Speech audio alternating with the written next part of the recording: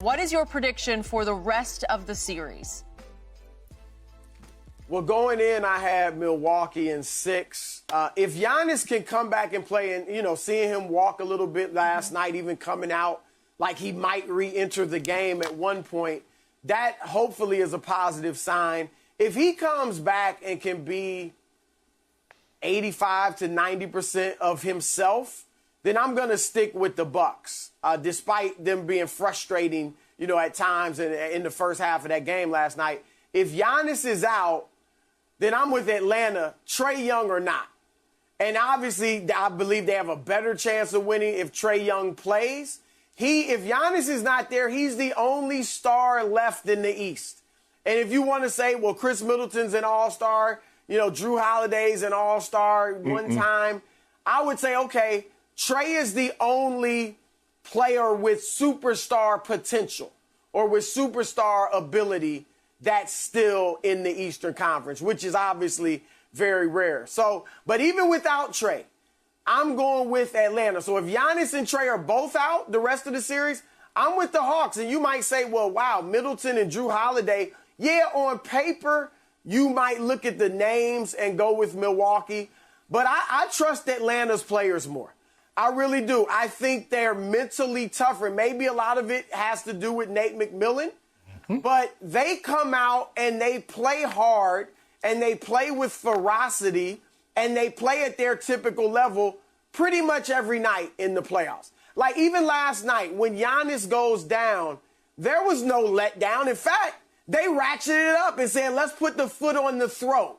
All right, as sad as they were to see him injured, let's put the foot on the throat. We've seen Milwaukee already twice in this series come out lackadaisical. Game 1, looked like they're taking Atlanta lightly. Game 4, Trae's out. We got this. Like, had they had the lead that they should have had in the first half, maybe they could have held on, even with Giannis being hurt. So I just trust Atlanta more. And look, I think John Collins, I know he didn't have a big game last night, but I think he's one of the more underrated players in the league.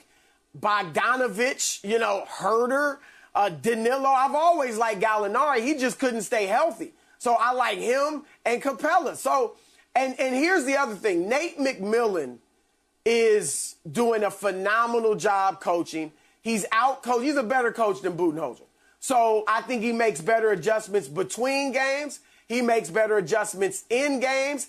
And he's been able to get his guys mentally ready and motivated better than Budenholzer has. So there's an advantage there. Chris Middleton, I doubt any of you guys were surprised either by what he did last night, right? I mean, this is what he is. Great game, poor game. Great game, poor game, poor game. Great game, poor game. That's what he does. And he did that with Giannis. With Giannis drawing double teams, with Giannis scoring in the post or in the paint, with Giannis drawing the attention of the defense and loosening things up for Middleton, he's still up and down. What's he going to look like without Giannis? I want to see. I think there's the most pressure now without Giannis is on Chris Middleton on both teams. Trae Young's too young. Nobody's going to hold anything against him. Chris Middleton, let's see what you're made of. All right? Can you be great? Can you lead a team by yourself as the league? And I'm not saying lead them past Durant, lead them past LeBron, lead them past, even Chris Paul at this point. Lead them past a young Atlanta team that doesn't even have its best player. All right, can you do that?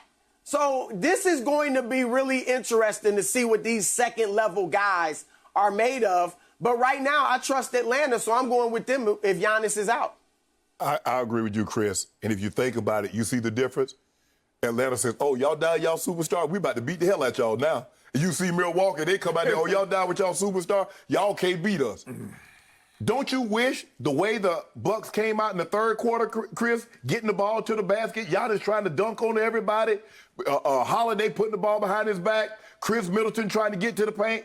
Don't you wish they'd have came out like that the first half? No, they came out, oh, man, y'all can't beat us without Trae. Man, you see them go, Bogdanovich struggling, Herter is, no. And guess what? Now you're down, you find yourself down 13 at the half. Giannis goes down midway through the third quarter, and then they go and take go on a 10-0 run and blow the game wide open. That's the way you're supposed to play the game. Boo knows, for whatever reason, I don't know what's in Milwaukee. I don't know why they think they need to shoot threes. I've never seen a team can get whatever they want in the paint, can get to the paint. They got 3 guys that can get in the paint at any given time, and they jack up 3 after 3 after 3. Giannis, before he got hurt, he had airballed 2 free throws, and he said, you know what, the way I'm going to combat this and show y'all I can shoot, I'm going to let these threes go. Bruh, you terrible at shooting threes. There's a reason why they let y'all shoot them. You think they run, and the thing is, they don't even try to chase y'all off the 3-point line. They're like, nah, don't chase them off that. Let them stay right there, because I already know what's going to happen. Brick, brick, brick. What did they shoot last night from the 3? 8 of 39. They're shooting 29% from the 3. And somehow there's like the objective. That's 20%. No, I'm saying they shooting for the series. Yeah, for the series. They shot 20% for the series. I mean, for last night. 8 of 39. 8 of 39. So I guess they're thinking, Chris, if we shoot more, at some point in time, we're going to make more. Yeah, you shoot 53s and you make 13. You still haven't accomplished anything, Bucks. Yeah, they just play dumb basketball. And I guess because the basketball coach in basketball, they don't yell. But I would tell a guy, the next guy, because in football, Skip, the next guy that jumps offside, coach would tell you, you'll have your ass over here with me. Or the next guy commit a penalty. In basketball, I would tell them, the next guy that shoots a 3, you're going to come sit with me. And it's going to be hard for you to shoot a 3 from the bench. Because this is ridiculous. There's no way. And Atlanta played well. Give them credit. Atlanta belongs in the Eastern Conference Final. I think they've shown that, Skip. They've shown. They beat a Knicks team. They beat a Sixers team. They're showing that they belong here. But the Bucks did not show up last night to play. And there's no guarantee. Had they shown up, that they would have beat the Hawks. But this right here, you got exactly what you deserve. Okay, you picked them. I picked them. Yeah, that's me. I don't fault them. I fault me. I'm the dummy for picking them. And I don't blame the Bucks. I'm the dummy for picking them. Okay, I didn't pick them. I picked the Hawks in 6. I'm sticking with Hawks in 6. And as much as I hated to see Giannis go down, I'm going to say it one more time. I just don't trust him, even when he's 1,000% healthy. Right. I just don't believe in him as a superstar, as a player who can carry a team to a championship. I'm watching the first half. The crowd's getting in his head, speeding up his count, the free throw line. And he shoots in the first half alone 2 air balls from the free throw line. And then to Shannon's point earlier in the show, then he had the audacity shooting free throw air balls to think he could shoot 3-point shots. And he shoots an even worse air ball from 3. And I'm saying, what are you doing? Plus, he came out low energy. They just thought they had it. And he scored a grand total of 6 points in the first half. Then he comes out in the third quarter, and he actually started to say, okay, I'm going to take it to the rack. And he scored 4 quick baskets, and they kind of got back in the game. They were down. They cut it back to 10 at that point. And then, very unfortunately, he got hurt. I have no idea. I agree with the point. He did look like he was walking fair, and then he came back out like, I want to go back in, coach. And then the balloons to 20, and he said, okay, I'm going back to the locker room. I have no idea how healthy he will be. But I will say this about the Hawks. They look pretty good without Trae Young. Yeah. I got to say, and I'm not saying they're better off without Trae. I enjoyed it. It was pleasing to my eye that Trae Young wasn't dominating the basketball. And I look at the assists, and all of a sudden Trae's 20 assists get spread out to Kevin Huerter. He's a pretty good player. He had 7. And guess who? Lou Williams, the old man Lou Williams, came in, and he had 8 assists to go along with his 21 points. Well, they had a towel on the sideline to get that lemon pepper sauce off his hand. Okay, I forgot about that. The ball wasn't slipping last night. Well, I've never forgiven him for that. And guess who? Know where he went after the game, well, Shannon? But that was just for the chicken, right? Yeah, just for the chicken. Okay. It's right around the corner, too, Skip. They ain't nowhere. Hot Skipper, actually, he could walk. Well, it's named for him on the menu, right? It is. And Bogdanovich had 5 assists. So I just gave you 20 assists came from 3 other guys who don't Don't that. normally handle the ball. And so I liked how it felt, and the scoring got spread out. And then I've said this on this show many times before. I love Cam Reddish. He is an NBA player to me, and at Duke, he took and made a bunch of big shots, including a walk-off at Florida State one Saturday afternoon. Yep. And he's just getting his legs back underneath him. He's coming off an Achilles issue, and he made 5 of 9 shots and really gave them a spark where on defense he was disrupting because he's long and strong, man. So all of a sudden, I liked what I saw. So I don't know if Trae Young can go in Game 5, but I don't care. I'm sticking with the Hawks to win 5 and 6 and end this and put Milwaukee out of its misery. I mean, you look at the first quarter, Chris and Skip. Giannis is 0-2.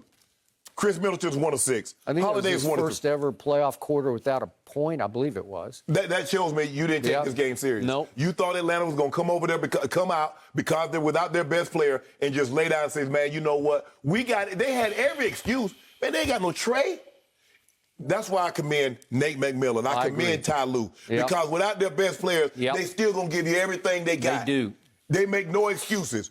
Ain't no excuse why we can't play hard. We might not win, but there's no excuse for not playing hard because our best player. Our best player should determine how hard we play. We should play hard, and having a best player gives us a better chance of winning. But this right here, Chris Middleton and Holiday, 12 or 34, again, they've been shooting terrible. Chris Middleton, one game, I already know one game, he going to go lights out. He going to light you up. Next game, he going to come back. I said he going to give you 15. He got one more. He made me into a lie. But I don't fault them. I fault me. I kicked my own ass for picking them. What you seeing with the Hawks, I mean, and Nate McMillan did this from jump. But even still with Trae, you know, he's got the ball, like you said, Skip, he dominates the ball to some degree. He's the best player. But without him, they played 5-man basketball. They do. And 5-man basketball is more effective, and I think it'll beat the typical basketball that we play today. High pick and roll, drive and kick. It's almost like 2-man ball. And that's why Golden State was so great, even before Kevin Durant, right? Because they played 5-man basketball. The roster didn't blow you away, and San Antonio was always so good, even when Duncan got old, because they played 5-man basketball, and that's what Atlanta did. And to your point, Shannon, about the threes, that's the analytics. That's these guys relying too much on analytics. That's all it is. And they will never forsake the three, no matter how many they're missing, no matter how much damage they could do inside, because of what the analytics say. Skip, you remember Brook Lopez? He used to be a low post scorer. He was. He would average 20 points a game as a low post scorer. At Brooklyn, now he hardly ever goes down low. And so they're not even looking. They think the analytics say the post shot is a bad shot analytically. It just doesn't make sense mathematically. And I don't agree, but that's what the Bucks are going off of. So Chris, my man across the table here, Mr. Sharpe, he finally found a loophole through which he could backtrack and get back on the Hawks bandwagon so he can go home again to Atlanta. Hey, Chris, guess where the Bucks in there? Look, Shannon. I'm sticking with, if Giannis is in uniform, stick with the Bucks. Thank you for watching. You can subscribe here to get the latest from the show, and be sure to check out more of the best clips from Undisputed, or go watch a few other segments from our other shows on FS1.